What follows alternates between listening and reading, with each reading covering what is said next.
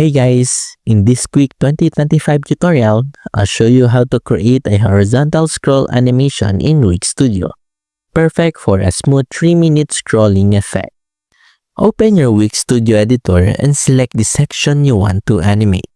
Click Add, Strip or Container, and place your horizontal content inside it.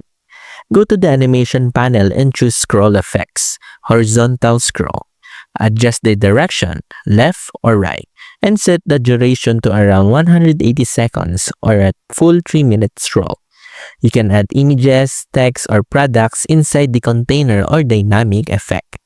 Preview the section and tweak the speed and easing until it flows smoothly. Make sure it works on both desktop and mobile by adjusting responsiveness settings. And that's it, your horizontal scroll animation in Wix Studio is live and engaging.